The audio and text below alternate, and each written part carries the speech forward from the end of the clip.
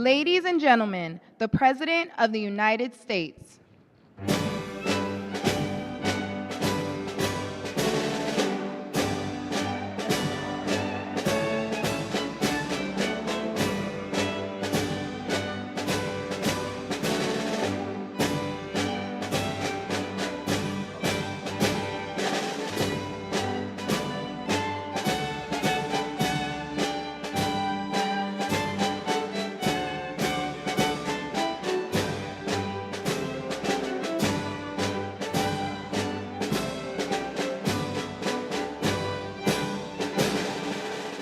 What a nice sound that is, isn't it? What a nice. Please sit down. Hi, Scott. So I always said that if I ever became president, I would play that all the time, no matter where I went in the building.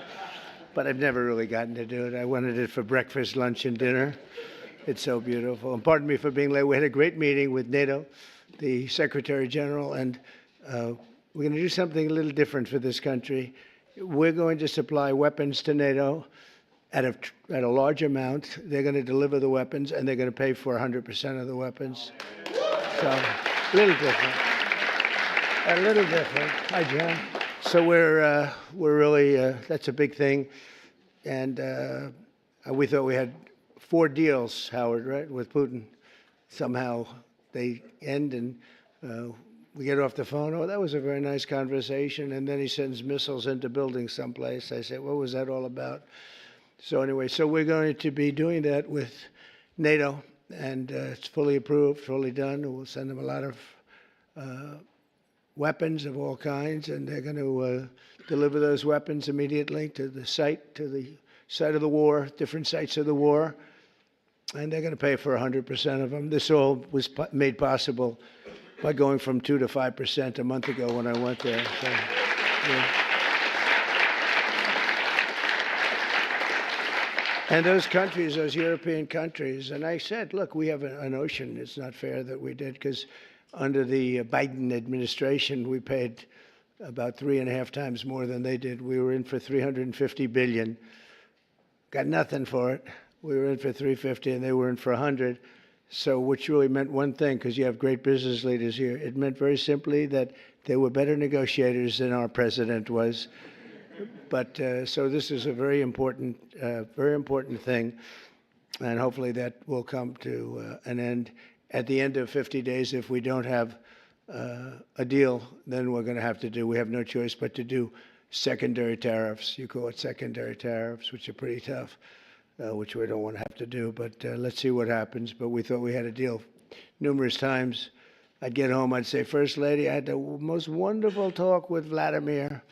I think we're finished. And then I'll turn on the television, or she'll say to me one time, wow, that's strange, because they just bombed a nursing home. I said, what? So we don't like that. But I want to thank you all for being here, and welcome to the first ever White House Summit of Faith and Business Leaders. You're really some of the greatest business leaders in the country. When I looked at some of the names, I said, whoa, that's big stuff we have here today. In fact, before I was president, I would have been very intimidated, but now I'm president, so I don't have to be. But today we celebrate the core values that built this country: and freedom, hard work, risk-taking, and above all, trust in Almighty God. You're very much into God in this room, and that's very nice. You're business leaders who believe strongly. We have some business leaders that don't believe strongly, and somehow you and I don't like them as much. But I want to thank Pastor Paula White. She's been my friend for a long time. And John, for convening this incredible group. You know, her husband's one of the most talented musicians in the world. Stand up, John. Stand up. Okay? I stole a couple of his songs for the rallies, and he never sued me, so I was very happy. But we all come from the same place, right? So it was great, and we appreciate it, John. Thanks as well to Treasury Secretary Scott Bessent, who's doing a fantastic job. He goes on television and he calms the market. I go on television, I rile the market, and I say, we better send him in there, Howard, right? And the market's become so calm and nice. So you're doing a good job, Scott. Thank you very much. You make any deals today? We got a lot of them, boy, I tell you, we have. But the best deal is just sending out the paper. You know, they keep saying, well, he hasn't made the deal. Well, we made a number of deals, but why isn't he doing deals? Because the paper is better than any deal we can make. Do you understand? The people in this, Kevin, they asked you that question this morning. You were great this morning, but they said, well, when is he going to start making deals? The next time we could say, just, no, every time he sends out a document that you have to pay 35% or 25% or 50%, or in one case, 100%. Those deals, you can't beat those deals, but we're still willing to talk. And they all, literally every country wants to make a deal. We're in a good position. You would call it a position of strength. I don't talk that way because I'm a politician now, unfortunately. And I don't want to talk about strength. I just want to say we have to be treated fairly because we were ripped off on trade and the military for, we protected other nations. Nobody paid us. Nobody did anything for us. Nobody helped us. And that's much different. NATO's a much different situation now. When I got in, I believe we were paying for 100% of NATO. And now they're paying, they went from 2%, but they were paying 1% to 5% that they're paying. It's a big difference. It's about $1 trillion difference. And they're wealthy, for the most part, wealthy countries. And some of them they're among the most powerful, among the wealthiest countries in the world. So they're going to start paying, and they want to pay. And we had a great meeting about 1 month ago. That set the stage for what happened here, but it's very important. So I want to thank Scott for being here. I want to thank Commerce Secretary Howard Lutnick. You are doing a good job, Howard. Am I right when I say I really don't want deals? I just want the paper to get sent? Right? It's true. I don't know if this is on television. Yeah, it's always on television. SBA administrator and a great person, cabinet member, a friend of mine for a long time, Kelly Loeffler. Kelly, you're doing great. She's small business, right? She only does small business, but when you add it all up, it's the biggest bank in the world by a factor of about 10, right? She's doing a great job. And director of the White House Faith Office, Jenny Korn, who's also amazing. Thanks, Jenny. From the earliest days of our republic, the steady compass of faith has guided the strong hands of American workers, builders, and entrepreneurs like really no other. Our country was founded by pilgrims and believers, and every generation since, Americans of faith have built our communities and forged new industries and enriched our country by millions and millions of people and ways. John D. Rockefeller, J.C. Penney, Charles Goodyear, Truett Cathy, and frankly, we have people I could name right in this room sitting here that their names are every bit as big as that. They were inspired by their love of God, and now the proud tradition continues with all of you. And this group reminds us, as a nation that prays is a nation that prospers. And you see that. I think one of the reasons we went so bad is they really wanted to take God and religion out of your lives. And there was nobody to, look up to. There was just nobody. It was, we were freewheeling, and we can't freewheel. Now we have to bring religion back into the country, and we're starting to do that, I think, at a very high level, Paula, a very, very high level. You see churches are starting to fill up again. Under the Trump administration, America is prospering and America is winning like never before. Our country is back. So I was in Qatar, Saudi Arabia, UAE, and then a month ago we were in Europe with all of the NATO countries, European countries, and plus Canada. And almost everyone said almost the exact same words. They said, 1 year ago, your country was dead. Terrible term, but that's what it is. Your country was dead. We thought it was finished. And now you've got the hottest country anywhere in the world. It's true. Is the hottest country. Did you see they found $25 billion of essentially profits last night? They said, where did it come from? It came from management, but it came from tariffs. And it came from, good business skill, and I've always made money. Now I'm making it for you people. I've had good days and bad days, but in good days and bad days, I always found a way to make money, and we have to do that for our country. But and we did 188 billion in Scott just now, 188 billion in tariffs, 188, and we haven't even started yet. That's only for cars and steel. We actually have barely started. The economy is roaring, business confidence is soaring, incomes are up, prices are down, and inflation is dead. It's dead. We have a bad Fed chairman, really bad. If he would lower the rates, and I tried being nice to the guy, it doesn't help. He's like a knucklehead. No, he's a knucklehead. A stupid guy. He really is. You know, each point, think of this, each point costs us $360 billion. Billion. 1 point, $360 billion. 2 points, you got $700 billion. And we're way high. We're at 450 or 425, 450. And how do you go borrow money at 1% when the Fed has you at 450? And, you know, it's not that easy. I get angry at them. Why are we paying so much? You know, because he's got you up at this number. And we should always be the lowest. Now that we're doing great, we have no inflation. Think of it. Our stock market hit record highs. Everything's hitting a record high. We're really running good with no inflation. And we should be at 1%. We should be less than 1%. I think Switzerland is the lowest at like 0.5%. We should be lower because without us, there's no world. I don't want to sound overly aggressive, but without us, you have no world. And we've put our country on solid footing. We had a man as president who was the worst administration, worst president in the history of our country. We've had some bad ones, but he's the worst ever. What he did at our border can never be forgotten.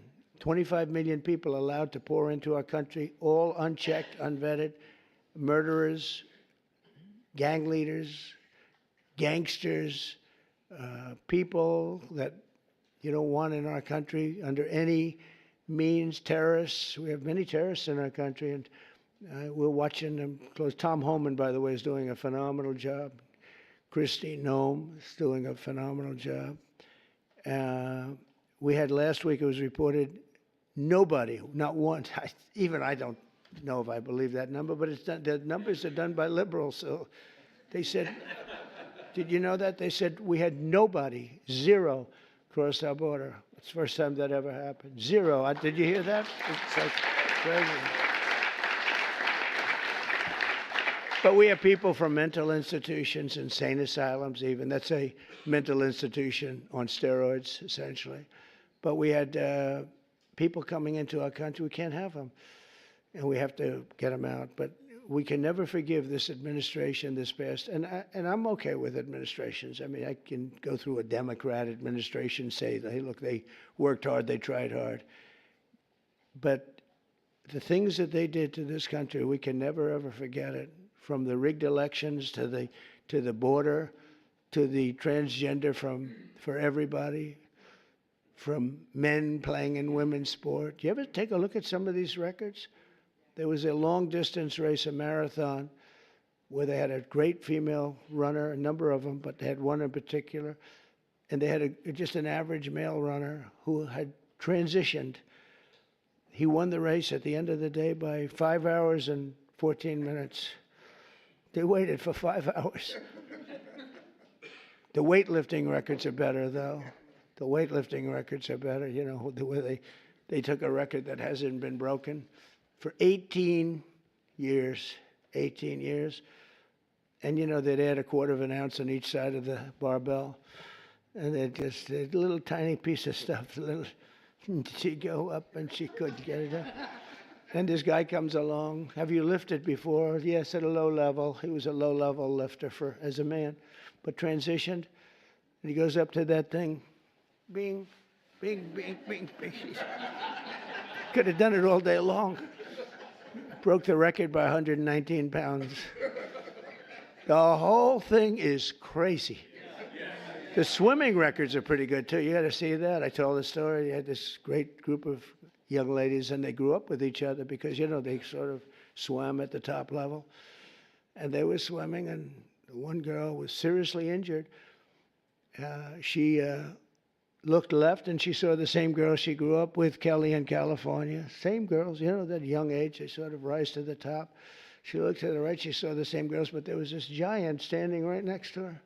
And he had transitioned. You probably heard this. He had transitioned.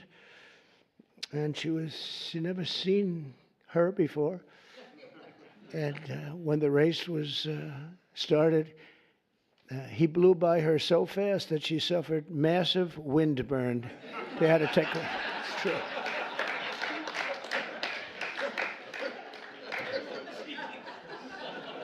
And he got out of the race, and he had a little lunch, and then he came back and watched the rest of the young ladies finish up.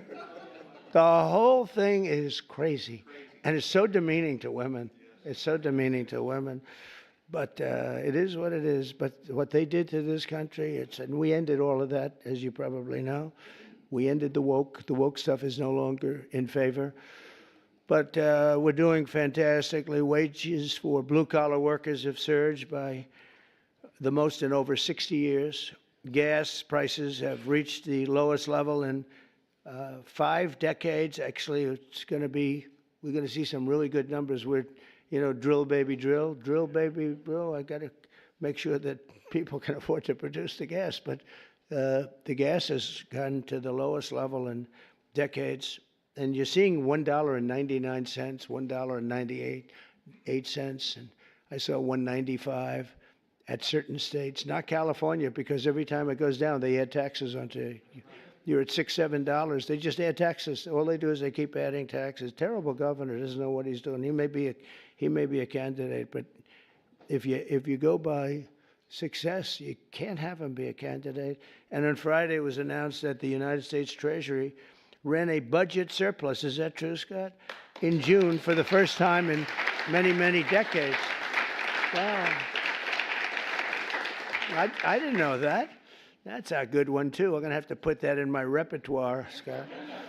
But the biggest victory of all came 10 days ago when I signed the One Big Beautiful Bill into law. Right? And just as I promised, we did something that was amazing. Everybody was against it. I wanted it. I know Scott and Howard liked the idea of it too, but it was very risky because they've never done anything like it in terms of the size. It's the biggest bill ever passed, of its kind ever passed, by far. And they were going to cut it into 2, 3, or even as many as 7 bills. And I said, the problem is that in the one big bill, everybody gets something. When you cut it into 7s, there are 4 or 5 of them, or 3 of them, right, Kevin, that you get nothing. All they're going to do is fight it. You'll never get them passed. And so we went with it. I was on a show called Deface the Nation. Have you heard of it? They're so bad. They're so bad. These people, they're so average. But I was on this show, Deface the Nation. Ladies and gentlemen, President Donald J. Trump on Deface the Nation. No, but they're all so bad. But we were on the show, and she said to me a question. She said, what would you call this bill? Would you want to have it called One Big Beautiful, or would you rather see it? I said, what I want is one great, big, beautiful bill. And Speaker Mike Johnson, John Thune, they were watching, and they said, what a great name for the bill. We actually ended up calling it that. We took the great out. I actually liked it even better. One great, big, beautiful. But they said, let's a little bit of a low key. But we got to pass. But we got to pass because there's something for everybody. And there are things that people don't like, but you need them for the country. You have to do some things that are great for the country, but they wouldn't necessarily get the votes. And we got the votes. Think of it, not one Democrat vote. All the goodies that we got, not one Democrat voted in either the Senate or the House. And we're talking about tax cuts and business. So many different things that are so good, right? Not one Democrat vote went with us, not one. So we had to get almost every, in the House we got 218 to 2. Think of that, 218 to 2. Nobody could do that. It's never been done. And that says, and we have Rand Paul Jr., who's a guy from, we call him Rand Paul Jr. because he always votes no. A guy named Massey, always votes no. We had another guy who I helped very, very strongly, helped him with a very personal situation, got him through it. And he voted no. I said, thank you very much, I appreciate it. And then we went to the Senate, and you had, of course, Rand Paul, who always votes no. They call him Just Say No. I think they think it's... No, I think they and I got him elected. I had to go to Kentucky twice to do rallies to get him elected twice. But they forget. A lot of politicians forget. And then we had a couple of others. Susan Collins, she's another one. Just Say No. She always brutal. And we had some people. Tillis, I guess, was a no, right? He was a no. And they said he was brave. He said no to the president, but he resigned the following morning. So anyway, that was terrible, I thought. But we couldn't lose more than 3. And we had 3 that said no. And so we won that 50 to 3. So it's pretty close. And a senator came over to me and said, I can't believe you won the House. Great guy, this senator, Eric Schmidt, who's doing a great job. He said, I can't believe you won the House. I said, actually, so remember 218 to 2. We needed 3, so we could have lost 3. We actually only lost 2. I said, no, actually, the Senate was tougher than the House of the 2. That question is asked to me, who was tougher? I'd say the Senate was tougher, actually, amazingly. It shouldn't have been. We had a slightly bigger margin in the Senate proportionally, but it was brutal. It was, they said, sir, we have 12 hard no's. You know, a hard no is not recoverable, right? This was at 2:30 in the morning. Mike Johnson called up. It could be 20, but it's at least 12. So could you call them, sir? And I said, what time? I said, 2:30 in the morning. And we have to win, right? We can never give up. The people in this room, right? You never gave up. Mike supporter right from day one, and her husband with a bad damn back, right? How's his back? Is he okay? Every time I see him, he's got a bad back, but he's got a lot of cash, so. A lot. He's got a lot of cash. But no, they're great people. Thank you very much. I do appreciate you. You were there right at the beginning, always was there. But we have a situation where we call up these people at 2:30 in the morning, and I called up. I got along with them all great. I liked them, but they're tough. They're congressmen. When you're a congressman for 20 years or you're a senator for years, you're smart and you're a survivor because you go through all sorts of hell. But I called up Congressman. I said, Jim, hi, Jim, how are you doing? He said, fine, sir. I said, family's good, yeah? He said, sir, you have my vote. I never said what I was calling about. I said, I do, thank you very much. But how do you know what I'm calling you about? Well, he said, sir, I've been your friend for 2.5 years. You've never called me during normal hours. So I assume that if you're calling me at 2:30 in the morning, you're not calling me to ask me, how's the family doing? I said, yeah. So, pretty good. So I called up everyone. I think everyone with the exception of one, I had to speak a little bit, but I call up, sir, you have my vote. Thank you. Sir, you have my vote. Think of that. And we got 12 votes in a matter of, I called back 20 minutes later, I said, you got all the votes. That's spirit, right? That's spirit. They wanted to maybe hear. They wanted to have a little love. The sad part is that some of the best people are the people that don't get any publicity because they go with something because it's good. So a guy like some of the people I'm talking about, but some of the people where you didn't even have to call, they vote yes, 100%. You don't have to waste any time with them. You don't have to beg them, come on, you can do it, come on, let's have lunch, let's have dinner. And then you have other guys that want you to suffer. I mean, some of these people that I just mentioned, whose names I just mentioned, you got to go through hell. And the ones that are really good and they love the country and they're doing right. I mean, what's the alternative? The alternative here, you're getting the biggest tax cut in history. And with the Democrats, you're going to have the biggest tax increase in history. Now, we could go into 100 other details. They're equally as crazy.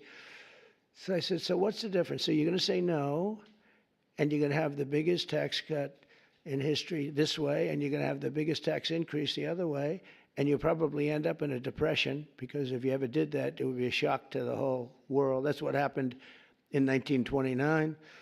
I said, so you're going to vote for the other side? Well, sir, I'll do what's really appropriate. You know, the losers. But you have that. Really, they're grandstanders. You know, you have grandstanders, and you have them in every business. And the Democrat has far fewer. They're grandstanders, but you know, the one thing about them, they have bad policy. They're evil people in many ways, but they stick together. You don't have it where you don't have, I don't want to use too many names, but you don't have a Mitt Romney in the midst who makes you suffer. You don't have some of the people that I mentioned who make it so hard. They make it so hard.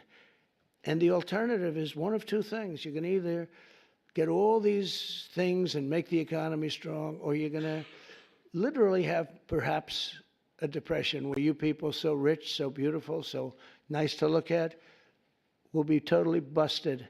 And let's see how long your wife stays with you. You're beautiful. She'll stay with you for about 3 weeks, and she'll say, darling, I can't take it anymore. I can't take it anymore, darling. I'm leaving you. I said to one guy, he's a very, very unattractive man, but he's smart, and he's rich. And I said, you better hope we get this thing passed, because your wife will be gone within about 2 minutes. He said, you're right. But so we had a tremendous success, and it gives you the biggest tax cut in American history, the largest spending cut in American history, and the largest border security investment of all time. And again, we're doing great on the border. I almost say, why do we need it? We have such good numbers, but you need it. Ultimately, you're going to need it. I built hundreds of miles of border wall. Without that, you could have never had the results that we had. But to lift up the American family, we increased the child tax credit and made school permanent. We made it all permanent, the school choice. And we expanded school choice. And for every newborn child, we created what's called the Trump accounts. And this was Michael Dell. I don't know if Michael Dell's here, but Michael Dell, well, you tell him I mentioned his name, because it's true. He would call me for 3-4 years. I didn't know Michael. I just know he's a great success story and a great guy. That's all he talked about, was the account where you put $1,000, and as a baby is born, $1,000 into an account, and you let it be invested by, I guess you pick out some good money determinant or fund or index. And I guess at a certain age, like when they're 30, goes earlier than that, but when they're 30, they're supposed to have like $75,000. So it would have a huge impact on their lives.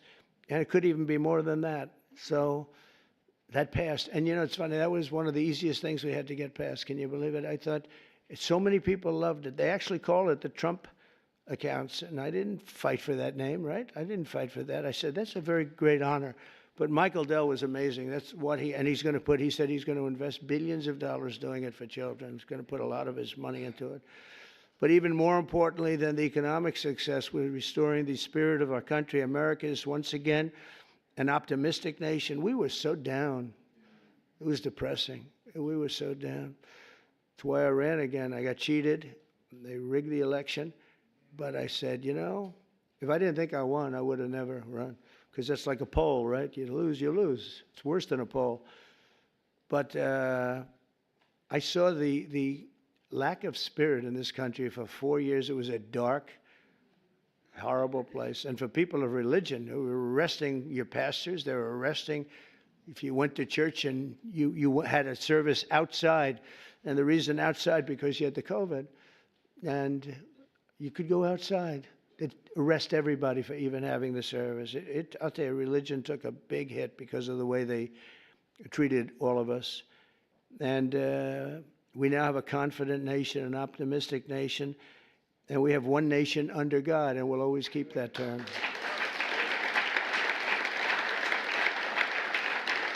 And we're bringing back, very importantly, and not just evangelicals or Protestants or all religions, we're bringing them back into our country. As president, I've ended the radical left war on faith, and we're once again protecting religious freedom like never before in our country. We're protecting it, like never before. We're getting rid of the Johnson Amendment that didn't let the pastors and ministers and everybody speak about politics. Now you're able to speak about politics, Paula. You can say, I don't like that guy, and they don't take away your tax-exempt status. You know, they take away tax-exempt. And I'll tell you, remember when that started? It was at the meeting room before I ran, 2015, a year before the election. And I was with 50 faith leaders. They were great, very well-known people, mostly Protestant, but you had rabbis. You had an imam, 2 imams, and we were talking. And I said, I'd love to have your endorsement. And they looked at me like, what? I'd love to have your endorsement. We have such respect for you, and you control it, really very powerful. And they looked at me, they didn't say anything. Do you remember that? And I said, what's wrong with these people? I didn't know about the Johnson Amendment. Don't forget, I never did this stuff before. It wasn't like I ran. I was on the other side. I was on the same side as you. You write contributions to people that you like. But I never ran, so I didn't know about the Johnson Amendment. And I called Paula and Jenny aside. I said, could I ask you, when I said I'd want your, support, your political support and endorsement, they looked at me very weird. What's going on? Well, sir, there's a thing called the Johnson Amendment. And if they even speak about anything having to do with politics, they will immediately take away their tax-exempt status. And if they lose the tax-exempt status in your world, that means you might as well close up your church. I said, you got to be kidding. So I can't really. And I told them, we had another meeting a couple of months later. And I said, you people in theory are the most powerful people. You're more powerful than man or woman because we have more than 50. Let's assume men and women are 50-50, but you have 80% between all the different religions. I said, you have more power than anybody, but you're not allowed to use your power. I said, we're going to get rid of that because people want to hear what you have to say more than anybody else, pretty much. And we did get rid of it, and we launched something that's great. And now you see people, if they like somebody, they're able to talk about that somebody for office, right, Jenny? We're able to talk about a certain politician that has your values and likes your religion. It's okay. And we got rid of that. Was Lyndon Johnson, a very powerful guy. And he had a problem with a pastor, I think in Houston. And the pastor was not a fan of his, and he put the clamps on the guy. He really did. Amazing, actually. And we opened it up. I looked at him, and we're up 68 stories in the air at Trump Tower, and in this beautiful conference room. I look down, I see people walking up and down the street. I said, that means that person walking up and down the street, any one of them have more power than you do because you're not allowed to even talk about it. You were even afraid to talk about it, but they're not afraid any longer, and I think they appreciate it. As president, I've ended the radical left war on faith, and we're once again protecting religious freedom instead of destroying it. And God is once again welcomed back into our public square. It's very important.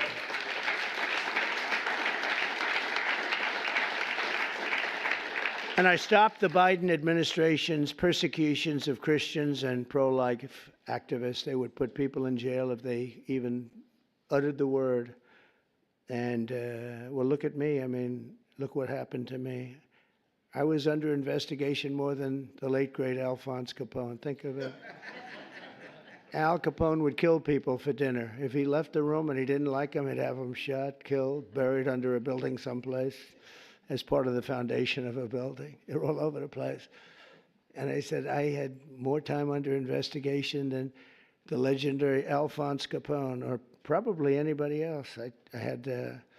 But I had a lot of good people with me, and most importantly, I had the base with me at a level that it actually became stronger. The one thing I did that was very helpful, I was indicted 5 times. Think of that. Indicted. That wasn't a word that was in my father's looking down, my mother's looking down. That my son's not supposed to be indicted, I think. I got indicted 5 times, impeached 2 times. All bullshit, right? All terrible stuff.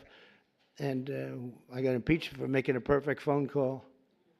Good luck, congratulations. I had a guy come up to me, a secretary of energy from before. Sir, could you call up, of all people, President Zelensky? And I called him. I actually held off. He must have come 10 times. Please, sir. It's because they wanted to do business or something, oil and gas. Who the hell knows what they wanted? You can imagine what they wanted. But they wanted, would you call up President Zelensky? And I did. When I finally got him, I said, congratulations on your win. He had just won. This is early in the process. Should have never been, that war should have never taken place, by the way.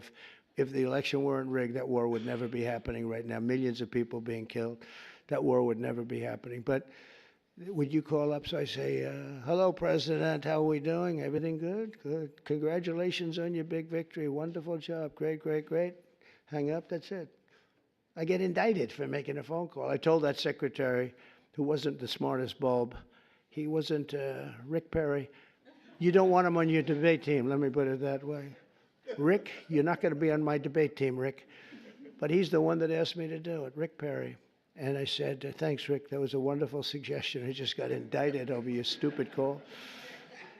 This is what we have to put up with, right? This is what we have to do. We have to put up with things. But it's been an amazing period of time, and we've straightened out so many bad things in this country. I created a Presidential Commission on Religious Liberty and established the Department of Justice Task Force to eradicate anti-Christian bias, because you have a very big anti-Christian bias that you don't think about and you don't hear about it. I established the White House Faith Office to defend and represent people of all faiths, and it's located in the White House. You've never had an office. You've never had that. And Jenny and Paul are there all the time, but we have it in the White House, so people can call up and complain, or they can call up and say, you're doing a great job, whatever. But we have it actually in the White House. Nobody's ever done that. We've restored the fundamental principle that God created two genders, male and female. That was a tough one. That was a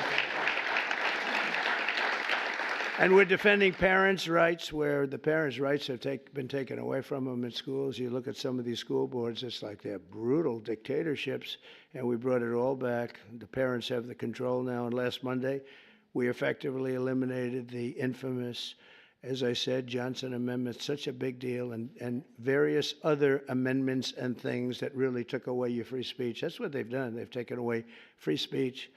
I also want to recognize the incredible contribution of our great First Lady, Melania, and she says hello. And Melania did the Be Best initiative in supporting children in our foster care system. She visits a lot of children, a lot. Yesterday we went to the game, the soccer game. I don't know if you saw it in the Meadowlands. It was incredible. And she's always thinking about the children that have a hard time in helping America's young people reach their fullest potential. And it's remarkable to think that it was only 1 year ago this week that my time on earth nearly ended. And if you look at that, God was with me, because that's something that, in theory, I should not be with you today.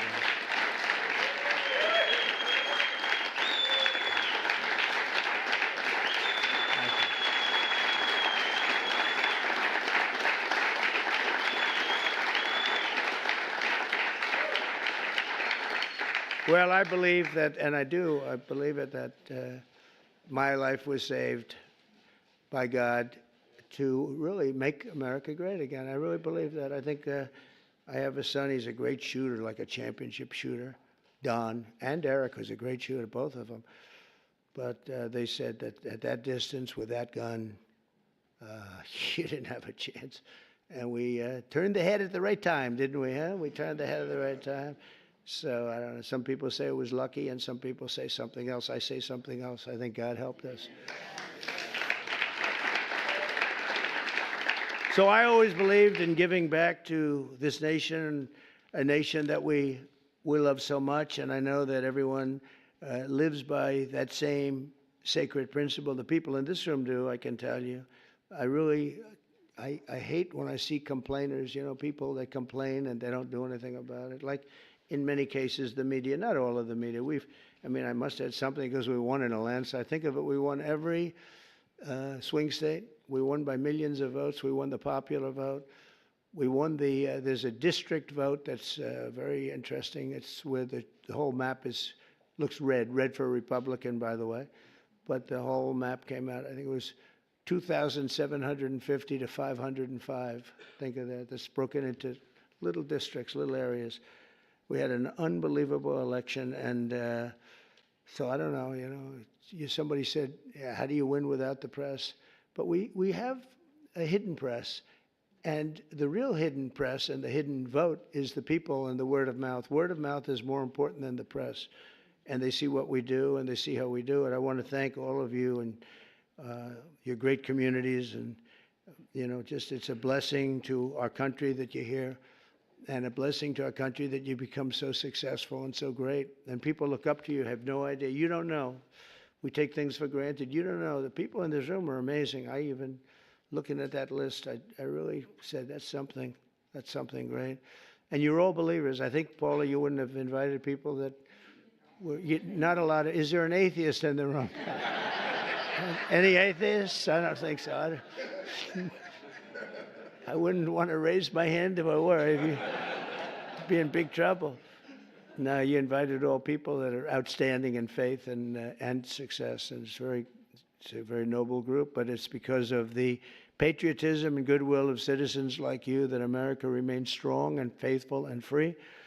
And together we're going to continue the fight for Judeo-Christian values of our founding fathers. We'll grow our economy, we'll defend our sovereignty, we'll protect our children. When you look at the job we did, I was just thinking, because President Putin said it to me, and other leaders said it to me, when they looked at those B-2s go in, and think of it, they flew for 37 hours straight. We had 52 tankers, the gasoline tankers, and they rode along with them at different aspects, and they refueled, and not a screw was broken, not a mark was on those planes. Every engine was perfect. When they landed, they were just as good as when they took off. Think of that, 37 hours and about 40 minutes through a very rough territory. And those machines worked incredibly well, and literally not a problem. And when I honored the flyers, we did it last week, I also honored the mechanics, the people that took care of those machines. And I said it's equally important. And you compare that, same country, you compare that with what happened with Jimmy Carter. It was a sad situation. The helicopters were coming down and they were crashing, and the men were all over the place trying to get the hell out of there. And it turned out to be a hostage situation, and horrible thing. And probably it was one of the things that cost him the election, certainly. But when you think of that and you see this was, in terms of perfection, they think it was a perfect military. We sent the planes to Guam. Everybody thought we were flying to Guam. And they said, oh, they're going to Guam. Well, Guam's out of the way. And at the same time, we had some others going a different direction. I watched horrible CNN. You have to watch sometimes your opposition, and they are opposition. And I saw that they had basically the plans of when we're going in, when we would be entering Iranian oil airspace. And I said, that's weird. And I called the general, Raisin Kane. He's fantastic. I said, General, and Pete Hegseth, I said, I'm watching newscasts where they're saying what time you're taking off tomorrow and what time we're going to be entering the very dangerous airspace, the worst air space anywhere there is, anywhere that in the world. I said, what do you think? Sir, we'll be fine. We blow them away, we'll be fine. Because they went those B-2s with 7, and they were surrounded by a lot of great planes. F-22s, the most beautiful plane ever built. The fighter jet, F-35s. They had a lot of different planes going with them. I said, but wouldn't a surprise be better? Yeah, it would be better. I said, well, then let me cancel it, and let's make it at a different time. So the day before, I canceled it. I said, I'm canceling it. We'll do it sometime within the next 2, maybe 3 weeks, but I'm canceling it. And then I had a meeting, and I said, I have an idea, because I got slightly big coverage, to put it mildly. So everyone knew it was being canceled. I said, let's leave at the exact same time we were supposed to leave, the following day. And we took off, and that's when the planes went out to Guam and this and that, and we took off. And that was the only time And they said it. That was the only time they knew we wouldn't be coming in, was the exact same time that I came. I said, let's do something. And they flew in, and they were stealth, incredible planes. They were stealth. And they hit every bomb, hit their mark. Every single bomb hit the mark. It was unbelievable how they did it. And then they said, skedaddle. Skedaddle means get the hell out of there. They had to get out of that airspace.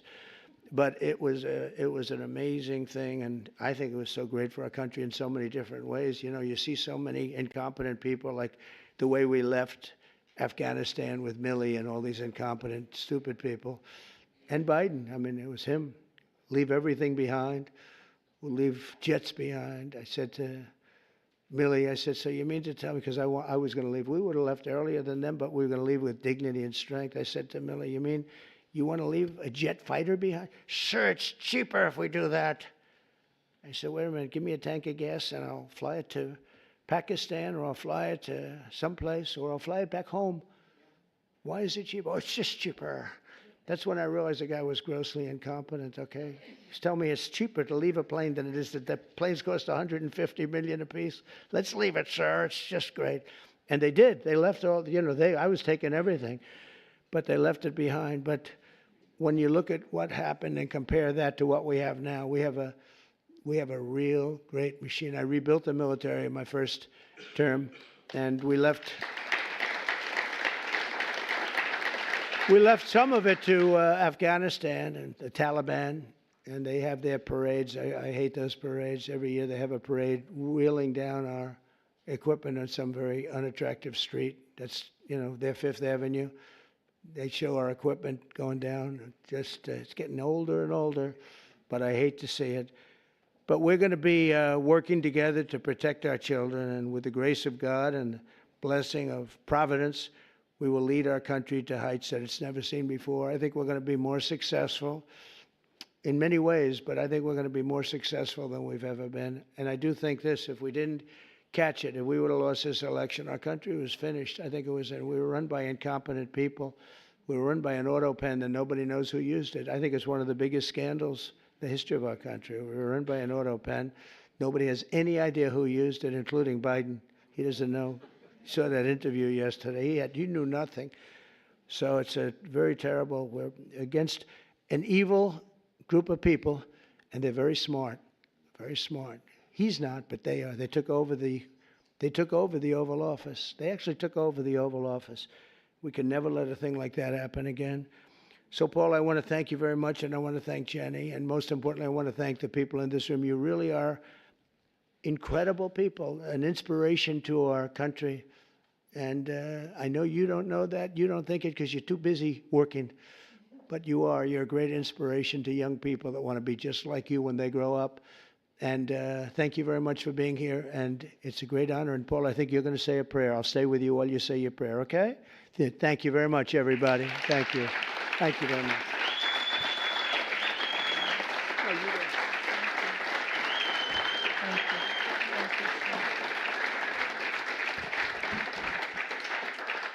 Thank you so much, Mr. President. You guys may be seated for just a moment. And he is our greatest champion of faith of any president that the United States of America has ever had.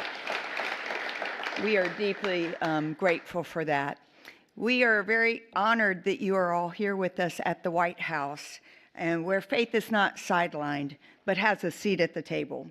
And as we gather today as leaders of industry, of vision, of faith, I believe that today is going to be very enlightened. And I'm so overwhelmed. We're getting ready to worship and pray, and to just think that prayer, worship, and doing good works is welcome back into the White House.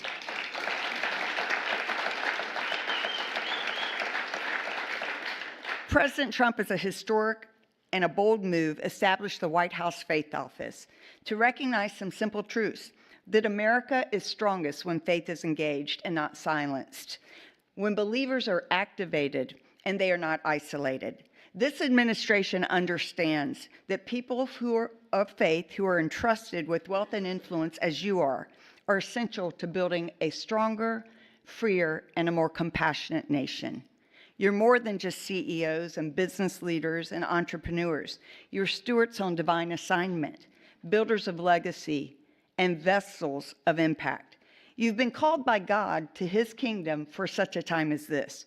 And together we are witnessing something absolutely remarkable. More has been accomplished by this administration in the past 5 months than in the last several decades.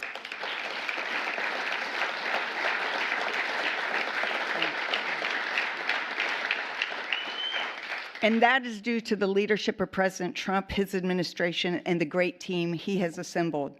America's spiritual and moral foundations have been restored, and it's only the beginning. Today's not just a luncheon. It is a moment of divine alignment, a commissioning. And we believe that God is raising up business leaders who don't separate faith from enterprise, but who see their platforms and their pulpits as their businesses and instruments for eternal impact. Let us pray. Heavenly Father, we come before you with great reverence and expectation. Your word declares in Isaiah chapter 43, verse 19, "Behold, I am doing a new thing. Now it springs forth. Do you not perceive it?" Lord, we do perceive it. We see the stirring of your hands, reviving hearts, reforming systems, raising up leaders at this very hour. We thank you for our great president, President Trump, for his life, his courage, his clarity, and unwavering defense of faith and freedom. May your wisdom guide him and your protection always surround him, according to your word that does not return void. In Psalm 89:21, that you say, "My hand will sustain him, and surely my arm will strengthen him." We bless every person in this room, those you've entrusted this wealth, strategy, and vision to, according to 1 Timothy 6. That you tell us, do not put our hope in riches, but be rich in good works, generous and ready to share. So they are your Josephs in Egypt, the wise stewards in famine. They are your Daniels in Babylon, the uncompromising voice, and your Lydia in Philippi, the ones who expanded the kingdom. Let this be more than a meeting. Let it be a movement where we come together and converge to bless communities, care for others, and reach nations, empowered by your purpose and your grace. Unite us with the common cause to use our time and talent. For thy kingdom come, thy will be done in the earth as it is in heaven. In the mighty, matchless name of Jesus, we pray these things and come in agreement. Bless this food and bless everyone. And everybody said, amen. And by the way, it is Secretary Howard Lutnick's birthday, so I'll wish him a very happy birthday. We are so grateful for your time, President, and my husband John's going to worship. At any time that you have to go, we know that you have spent more than enough time, and you are running the country exceptionally for us, and we are all so grateful. So he will stay as long as possible, but will you let President know how much we love and appreciate him?